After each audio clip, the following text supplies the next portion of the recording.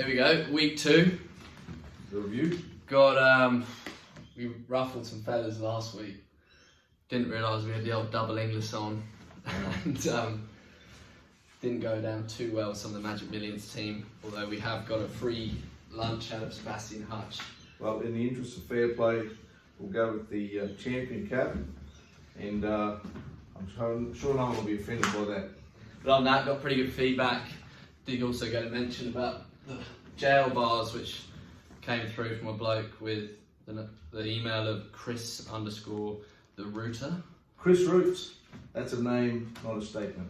So the Rooter was giving some positive feedback. Other than that, not much happened. We hit the crossbar a bit throughout the week. We did. Ronnie Finnemore, 3 seconds in the week. Maybe 18 more seconds, 11 minutes. But best thing is that they all raced well for Ronnie, and he's not far off the good results. It's some lovely horses coming through. So just going over them, Blesk, he looks a pretty smart horse. Very unlucky not to win last week. It's probably the horse that that I've seen recently that should have won. So Regan, no fault of his, he probably just took a wrong option at the top of the straight. But he's a good young jockey, and I'm sure he'll learn from it. You could see them sort of put 2 good runs together, that horse. Well, that was encouraging because he's always best form's been first up, and then he'll probably take it off. But as a gelding, he's a bit more genuine. I think he's got a good race in him going forward. And the weekend, the 2, Robadera, she ran a great race, sort of. Yeah, firm ground, just had to ride her a bit forward, and she's probably a better chaser than she is a leader. So, but she's got a good group black type there now, so onward and upward towards the Percy sides. And All Saints, he couldn't have asked for a better effort, just probably gone on the back of the wrong horse, as it turned out. Well, as it turned out, but what, the difference of one barrier, I think if she draws 6, she finds the back of the winner and has an unimpeded run, and that's the difference of that Rosehill, like when it's firm like that, close to the rail in transit, barriers are of utmost importance. So I thought her last 200 was as good as she could have wanted, and most important to come through it because she had a really easy run in transit. So she'll probably have another run before the Legacy. Emancipation be good. Very good. Now she wouldn't have blown a candle out post-race, would say. And lost 1 kilo for the day, so she's got plenty of she'll come on good from that as well. Very good. And just looking on to the upcoming week, I guess we've got a couple of nice horses for the week. All Saints Eve's full sister. Hellos. Horse I particularly like myself. Got her in Wednesday, also in Thursday, but look like she'll go around Kenzo. Yeah, well, especially if it's wet, because she's drawn 14, and usually when it's wet at Kenzo, it's a race to the outside fence. So being the last race, hopefully she, that barrier will be an advantage. And the 2-year-old Singer Love Song, he's been banging on the door in group races, back to maiden company, still working things out.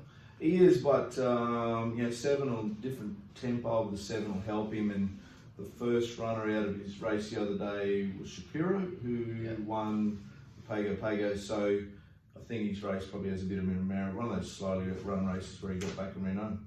And just looking ahead to the weekend, obviously the obvious horse Lions Roar reopposes the likes of Malanga and Montefilia. Barrier draws going to be pretty key. What do you think? As they always are at Rosehill.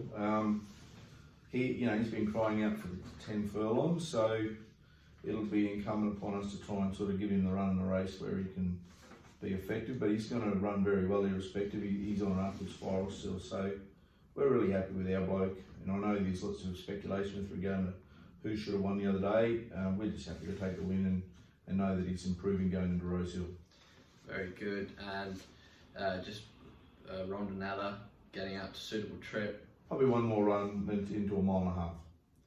Very good. And any other sort of runners you should be watching for the week? I reckon there's a little horse on Thursday that he may not win because he just lacks a bit of seasoning, but I would think he's as smart a horse as we've got in the yard at the moment, a horse called Waihaha Falls. So coming from good friends of mine over in New Zealand, by Sacred Falls, who we've got a good affiliation with at the moment, but he's a really talented little horse, and he got beat because he did a bit wrong on Thursday. That's not going to be a big issue because he's got a really good race in him somewhere along the line. Brilliant. I think that's everything for the week. Warren Boy, how did you go at the Racing New South Wales Golf Day? Oh, we had a poor performance, to be honest with you. We had a late scratching and a few, lucky enough to get Will Johnson into the team, who I thought was a good addition off a handicap of 16, but he does not perform under pressure. And Well, I hope that's only on the golf Carl course. Holt will give him one. He drove the green on a par 4. Quite remarkable scenes, nearly hit the group in front, which did cause a bit of a scandal. One of them was Nick Nebo. Mike Nebo. Mike Nebo. Sorry, Nick's son. But good fun day, and Richard Callender was quite funny after. Well, he is, but he does like to hear the sound of his own voice, the big man. Can go a little bit long, but no, he does a great job for charity and New South Wales trainers. No, I think they raised a lot of money. Good morning. Did a great job. Very good. Cheers. See you next week.